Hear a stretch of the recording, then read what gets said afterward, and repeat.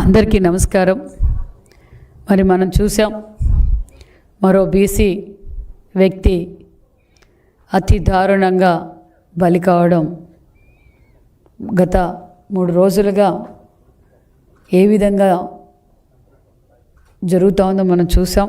మరి పెద్ద దస్తగిరి జగన్మోహన్ రెడ్డి గారి అనుచరుడు, జగన్మోహన్ రెడ్డి గారి బినామీ, నమ్మిన వారినే బలి తీసుకోవడంలో జగన్మోహన్ రెడ్డి గారి పాత్రే ప్రథమ ప్రార్థన కూడా మీకు తెలియజేస్తున్నాం.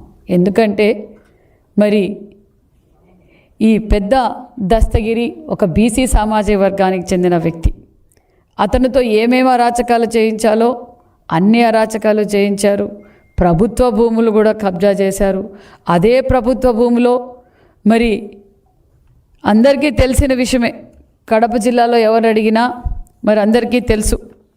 మరి పెద్ద దస్తగిరి నిన్నటి రోజున జగన్మోహన్ రెడ్డి పదవి కోసం, ఆయన అక్రమ ఆస్తుల కోసం ఎవరినైనా బలి తీసుకుంటాడనే విషయం మనందరికీ తెలుసు. గతంలో తండ్రి శవం పెట్టుకొని శవ రాజకీయాల కుర్చీ కోసం సంతకాలు పెట్టించుకున్న వ్యక్తి.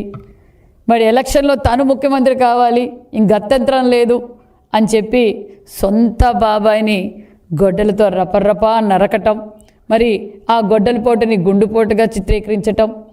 అదేవిధంగా మరి మన డ్రైవర్ సుబ్రహ్మణ్యం, ఎమ్మెల్సీ డ్రైవర్, ఒక దళిత బిడ్డని ఏ విధంగా డోర్ డెలివరీ చేశాడో చూసాం.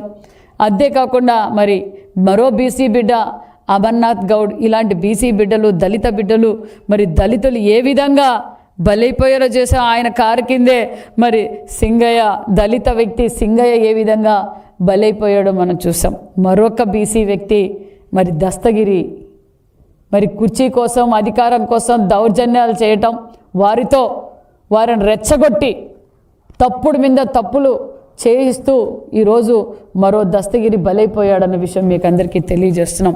మరి ఇదే దస్తగిరి మరి ప్రభుత్వ భూములు అక్రమంగా దోచుకొని లేఅవుట్లేసి అదే జగన్ రెడ్డి మేనమామకు కూడా గిఫ్ట్ ఇవ్వటం, ఇదే ప్యాలెస్ కట్టి అన్ని సదుపాయాలతో అతిపెద్ద ప్యాలెస్ మరి అదే వెంచర్లోనే మరి వాళ్ళు జగన్మోహన్ రెడ్డి గారి మేనమామకు గిఫ్ట్గా ఇచ్చారన్న విషయం కూడా మీకు తెలియజేస్తున్నాం.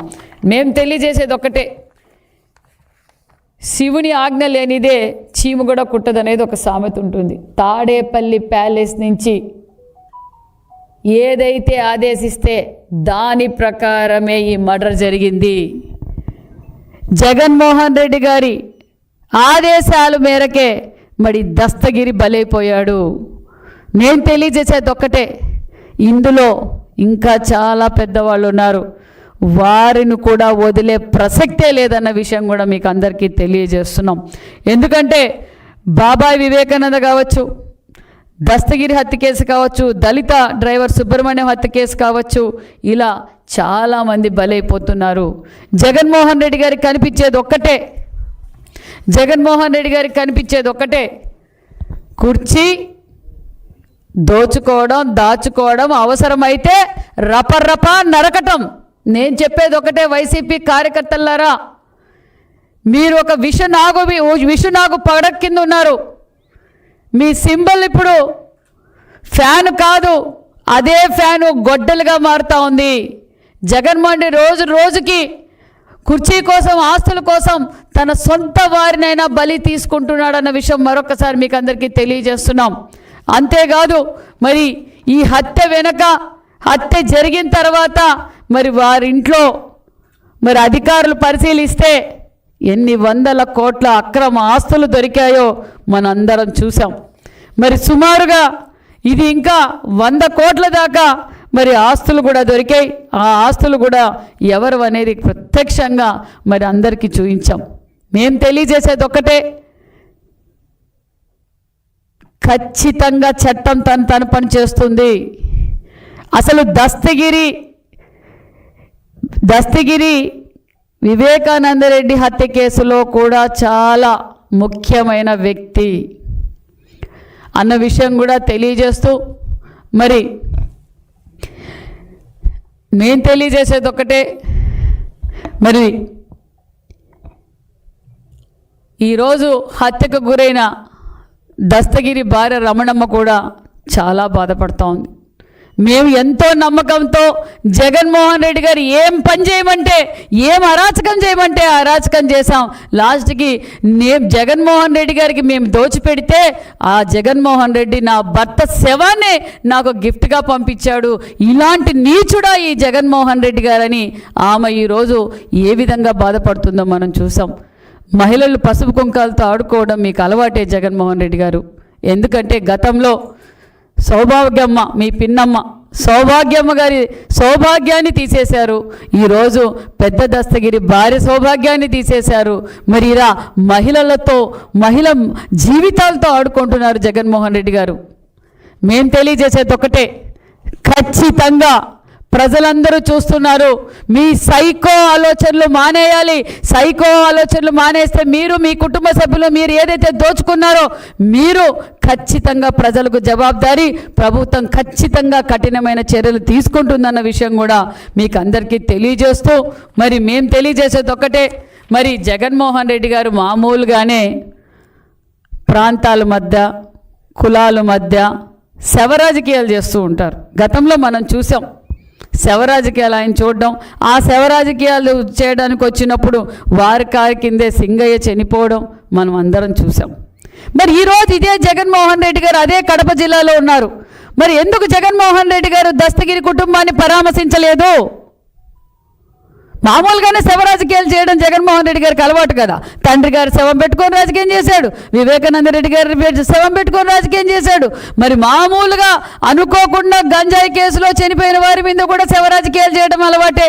మరి ఈరోజు నీ కోసం, నీ అక్రమ ఆస్తుల కోసం, నీ దౌర్జన్యాల కోసం నువ్వు ఏమి చెప్పితే అది చేసిన పెద్ద దస్తగిరి బలైపోయారు. మరి ఎందుకు జగన్మోహన్ రెడ్డి గారు ఆ కుటుంబానికి పరామర్శించలేదని కూడా నేను ఒక మహిళగా అడుగుతున్నా. ఒక బీసీ శాఖ మంత్రిగా, ఒక బీసీ మహిళగా, సాటి మహిళ ఈరోజు ఏ విధంగా బాధపడుతోందో మరి జగన్మోహన్ రెడ్డి గారు వెళ్ళి పరామర్శించి ఆ కుటుంబానికి ఏం జవాబు చెప్తారు అన్న విషయం మీ వైసీపీలో ఉన్న కార్యకర్తలు కూడా ఆలోచించాలి.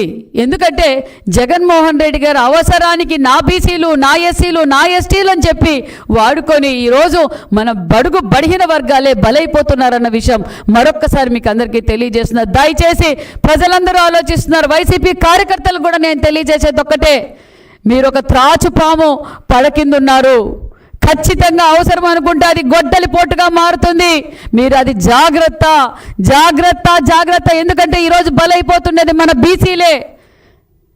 మరి ఈరోజు అన్ని విధాలుగా బీసీలు బలైపోతున్నారు. వైసీపీ పార్టీ అధికారం వచ్చినప్పటి నుంచి మరి ఇప్పుడు కూడా మరి పెద్ద దస్తగిరి ఒక బీసీ. ఇలా బీసీల్ని ఏ విధంగా హతమారుస్తున్నారో వైసీపీ పార్టీ నాయకులు, బడా నాయకులు ఉన్నారు దీంట్లో. తాడేపల్లి బడే నాయకుల పేర్లు కూడా దగ్గరలో బయటకు వస్తాయి.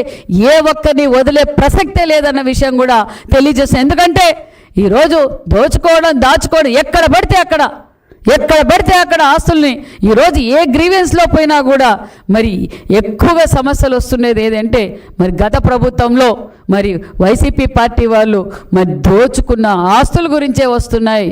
ఒక్కొక్కటిగా పరిష్కారం చేస్తున్నాం. దస్తగిరి కేసు కూడా ఖచ్చితంగా పరిష్కారం చేస్తాం. ఇప్పటికే 11 మంది లోపలికి వెళ్ళారు.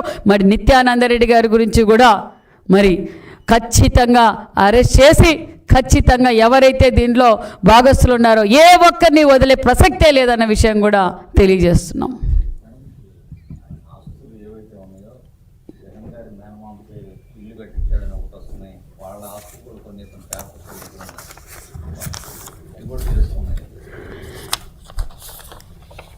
దస్తగిరి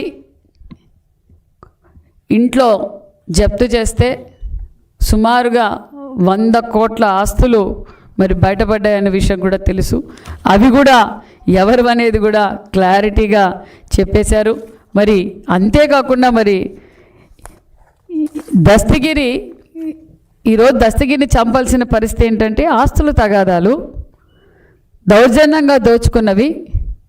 అదే దస్తగిరి ఒక లేఅవుట్ కూడా ప్రభుత్వం స్థలం, అది ఆ ప్రభుత్వ స్థలము కబ్జా చేసి ఆ స్థలంలో లేఅవుట్లు వేసి అమ్మేశాడు. ఆ అమ్మేసిన దాంట్లో ఆ లేఅవుట్లోనే మరి మీ మేనమామకి, జగన్మోహన్ రెడ్డి గారి మేనమామకు ఒక పెద్ద ప్యాలెస్ కూడా కట్టించాడు. ఇలా ఇంకా బయటపడాల్సినవి చాలా ఉన్నాయి. ఒక్కొక్కటిగా బయటికి తీస్తున్నామన్న విషయం కూడా తెలియజేస్తూ, ఖచ్చితంగా దస్తగిరి మరణానికి కారులైన ప్రతి ఒక్కరిని వదిలే ప్రసక్తే లేదన్న విషయం కూడా తెలియజేస్తున్నాం.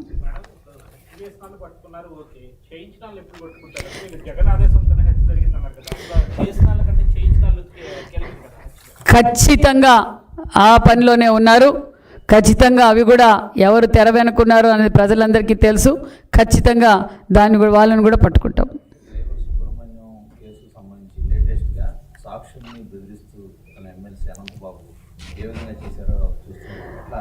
అనంతబాబు డ్రైవర్ సుబ్రహ్మణ్యం కేసే కాదండి, వివేకానంద రెడ్డి కేసులో కూడా బెదిరించారు. అవసరం అనుకుంటే రపరప నరుకుతామని కూడా బెదిరించారు, రపరప నరుకుతారు కూడా. మరి సుబ్రహ్మణ్యం కేసు కూడా, దస్తగిరి కేసు కూడా డైవర్ట్ చేయాలని చూశారు. కానీ పోలీసులు అలర్ట్గా ఉన్నారు. పోలీసులు వాళ్ళ పని వాళ్ళు చేస్తున్నారు. ఖచ్చితంగా ఎవరిని వదిలే ప్రసక్తే లేదు.